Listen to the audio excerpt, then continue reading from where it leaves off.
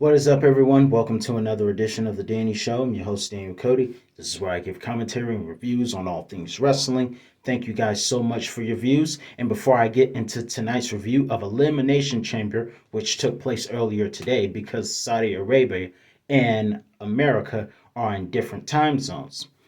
But there was something I was supposed to do yesterday that I forgot to do, but I'm going to do it today. For those of you who have been watching my fun fact trivias, you know that earlier this week I did a trivia, and the challenge was to name four black WWE champions from history.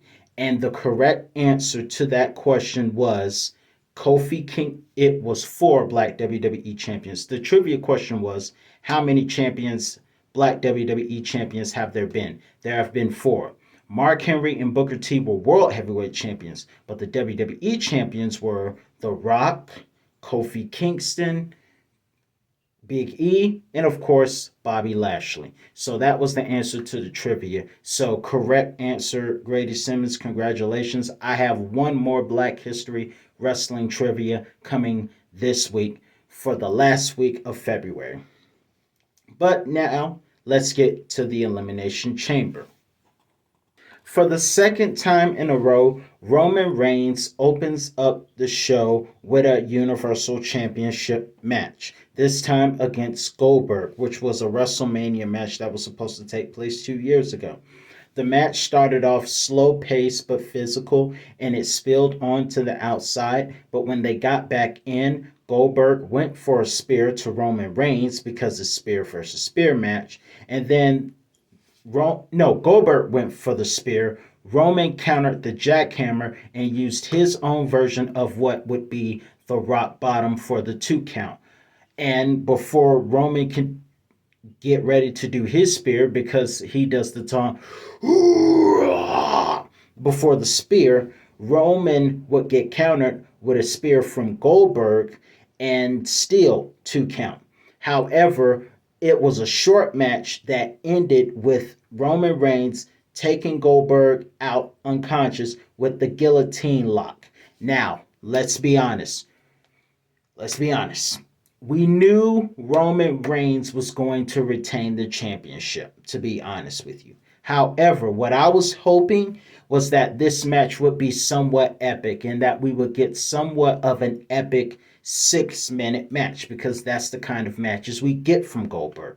And of course, I think as great as Goldberg is, he is in great shape, but I don't think Goldberg should do too much because he needs to preserve his legacy. And like Undertaker, he doesn't want to become a parody of himself. And he is a great legend, but sometimes you got to know when your season is up. Just like King Saul, he tried to stay longer than he was instead of passing the torch to David, and his legacy got tarnished. Don't mean to bring the Bible up, but you know what I'm saying. Our next match on the card is the Women's Elimination Chamber match. And I want to say something funny before I review this particular match. Now, for those of you who pay close attention, you know that the women are extremely covered and completely covered. And on some hand, I kind of feel bad for them because I know it's hot down there and I know they need a lot of water to keep themselves cool. But you have to respect the fact that Saudi Arabia, from what I heard, is a Muslim country, which means Muslim people are very strict on how women dress modestly. And if you saw the beauty pageant from earlier this year, you know that Israeli and Christians are kind of the same way, except not as strict with the punishment for exposing skin, but somewhat the same way. Speaking of pageants, thoughts and prayers to Miss USA from 2019. It really sucks that she went out the way she did. Such a promising future. So if you're ever in hard times, please seek help so this doesn't happen to you. But moving forward, my point is the women were forced to dress completely covered up because it's a modest belief there. And on one hand, I don't know how people down there think as far as to what they like, but I know there were a lot of American citizens that were happy to see some of them wrapped in latex, because in America, people have, and other countries as well, people have a lot of different likes. And even though they were covered up, I know there are some people that were really happy to see them in all latex. I'm not going to lie, Liv Morgan looks great in red, but I don't mean that lustfully. Some people thought latex, so I know it's some people that liked latex to a certain extent that I can't express here. But either way, everyone was completely covered up for modest reasons.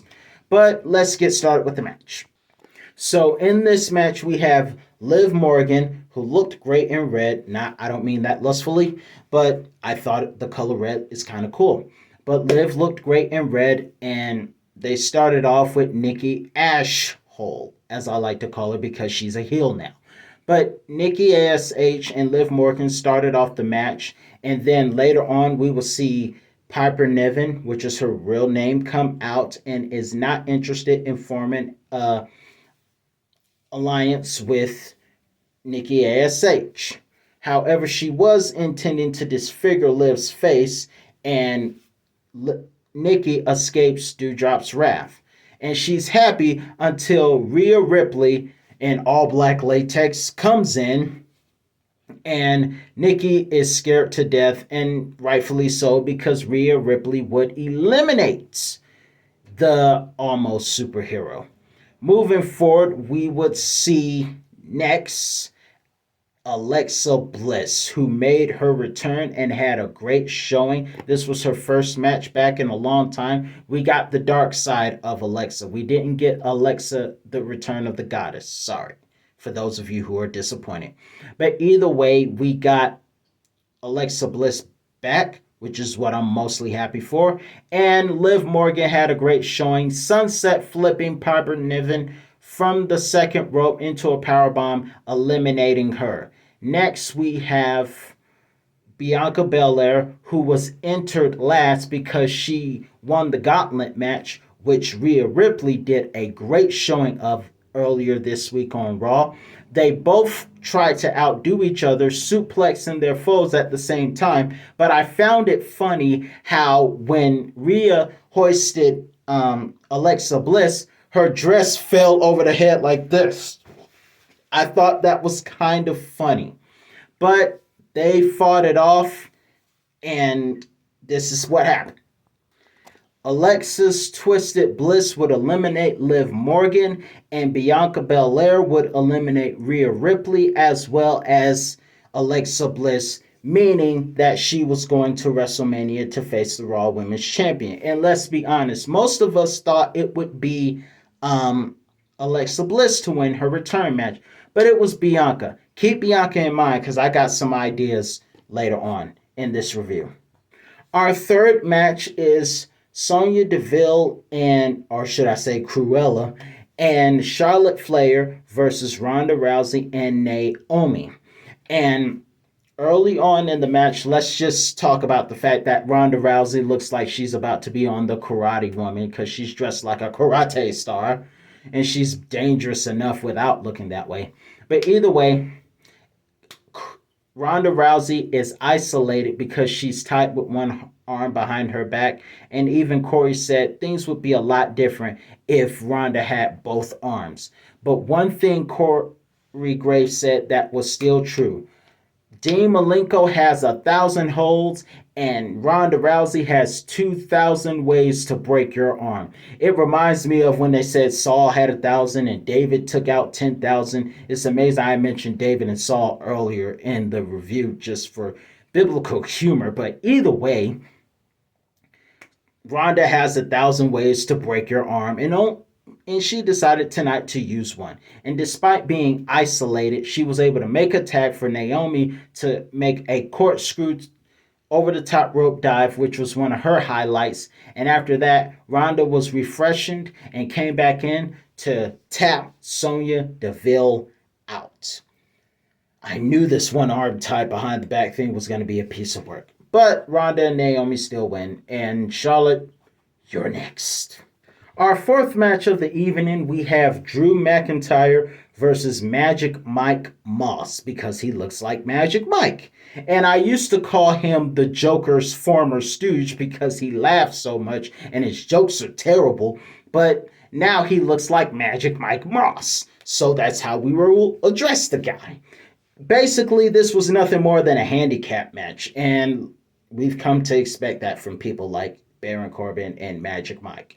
So I didn't know Baron Corbin was fast with Drew chasing him up the barricade and everything. But despite it being a handicap match, we saw Drew McIntyre pull out some forms of offense, including the Alabama Slam, which was had Magic Mice.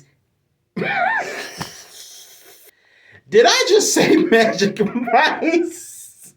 I just said Magic Mice. If I knew how, I would create a compilation of all the botch and bloopers that I made, because that was one of the biggest bloopers ever. Magic Mice. Sorry for that, guys. But Magic Mike or let's just call him Magic Mice for fun. Magic Mice got Alabama slammed and he bumped his head ugly. It's a miracle that he is still standing, for real. I'm serious. But either way, Drew McIntyre threw Magic Mice through the table, and Magic Mice and Corbin threw Drew through the barricade, but that didn't stop him because Magic Mice would get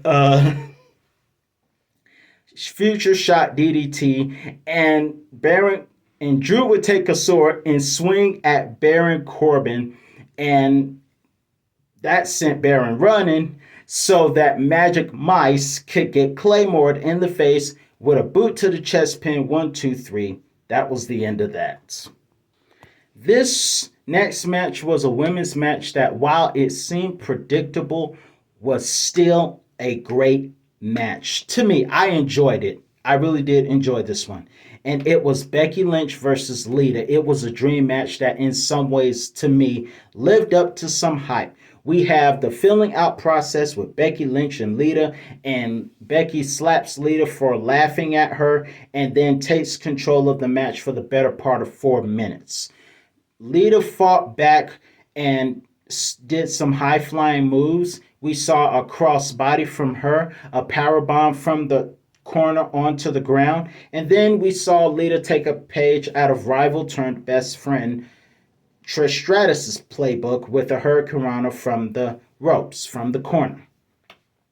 Becky Lynch would attempt to go for Lita's moonsault from the top rope, which would miss, and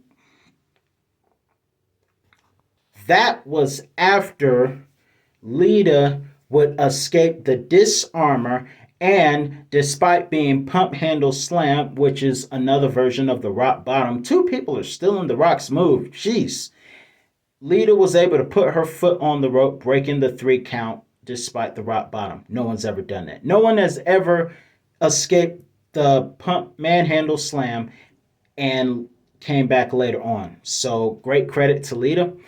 And after Becky attempted the moonsault, Lita would go for the twist of fate and moonsault and land both moves successfully.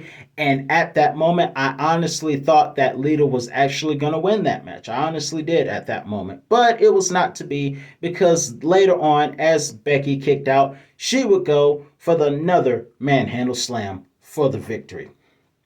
This means that Bianca Belair and Becky Lynch are going to face off at WrestleMania, and this could be a chance for Bianca Belair to win 2 WrestleManias in a row, which could start another, which she could have a streak of her own, like The Undertaker, if she wins a lot more WrestleManias. But this could be a huge chance for her to get 2 WrestleMania wins in a row and get redemption from what I call the squash of the century from SummerSlam of last year.